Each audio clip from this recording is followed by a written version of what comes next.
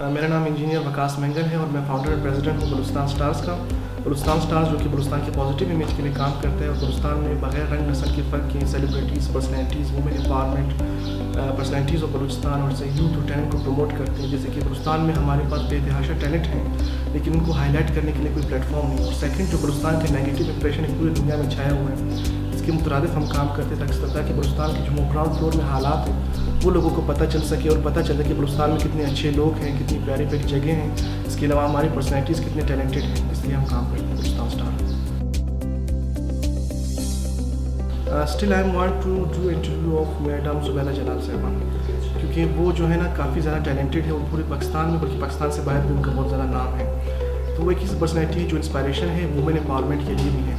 जैसे बलूचिस्तान में आजकल देखा जाए या पहले से देखा जाए तो काफ़ी ज़्यादा ऐसी ख़वातीन या लड़कियां घरों में बैठी हुई हैं जो डीमोटिवेट हो चुकी हैं। तो जुबैदा जलाल साहिबा होगी या मैडम नौशद खुर्शीद साहिबा होगी, ये ऐसी पर्सनैलिटीज़ हैं जो खुद भी एक मोटिवेशन है वुमेन एम्पावरमेंट के लिए, यूथ के लिए, और इनको देख के जो घरों में फीमेल्स बैठी हैं वो भी मोटिवेट हो सकती हैं। तो मेरी बड़ी ख्वाहिश है कि मैं उनका इंटरव्यू करूँ ताकि जो हमारे वुमेन जो घरों में फीमेल्स बैठी हुई वो उनकी स्ट्रगल स्टोरी, सक्सेस स्टोरी पढ़ कर और देख कर जो है मोटिवेट हो सके, बलूचिस्तान का नाम रोशन कर सके।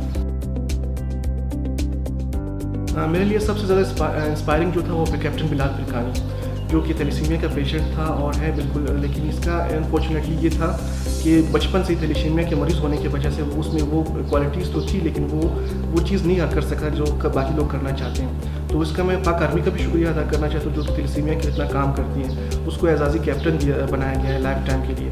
तो उनका जब मैंने इंटरव्यू लिया था तो वो काफ़ी मोटिवेटेड थे।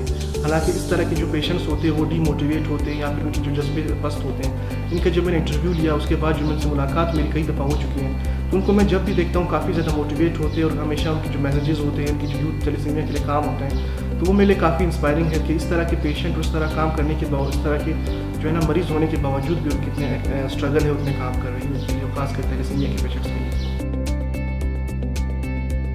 बलूचिस्तान का पहला जो वाहिद स्टंटमैन है गुलाम फारूक साहब, इनका हमने इंटरव्यू किया था 2017 में।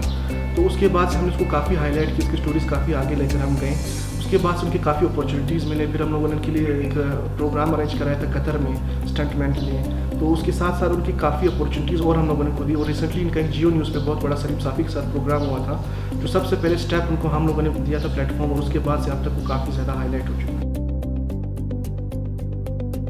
लाइफ स्ट्रगल तो आज तक मैंने किसी से शेयर ही ना किया कि लोग समझते हैं कि बलूचिस्तान स्टार को चलाना या सिर्फ पर्सनैलिटीज़ को हाईलाइट करना, उनके साथ पिक्चर्स लेना बहुत आसान काम है, लेकिन एट द बैक हमें पता है कि कितनी मुश्किलात होती है, कैसे कैसे हम लोगों को फेस करना पड़ते हैं। एक एक इंटरव्यू के लिए हमें एक हफ्ते जो है ना रुकना पड़ता है, हम लोग को इंतज़ार करना पड़ता है, उनके पीछे मिन्नत रिक्वेस्ट करना पड़ता है। और बाद में ऐसे भी लोग होते हैं जो इंटरव्यू देने के बाद भी उनके बिहेवियर ठीक नहीं होता है, बहुत जो है ना उनकी जो और चीज़ें होती हैं, तो उन चीज़ें काफ़ी स्ट्रगल करना पड़ता है। तो 3-4 सालों से हम स्ट्रगल कर रहे हैं, हालांकि हम उनके लिए करते हैं, बलूचिस्तान के लिए कर रहे हैं, लेकिन फिर भी कुछ ऐसे लोग होते हैं जो आपको डिमोटिवेट करते हैं। बहुत बाज़ औक़ात ऐसे टाइम होता है कि इंसान कहते हैं कि मैं अपने लिए नहीं कर रहा हूँ, क्यों मेरे साथ लोग ऐसे कर रहे हैं, लेकिन फिर भी जो है ना एट द मोमेंट आपके जो बैक पे लोग होते हैं वो आपको सपोर्ट करके वापस आपको।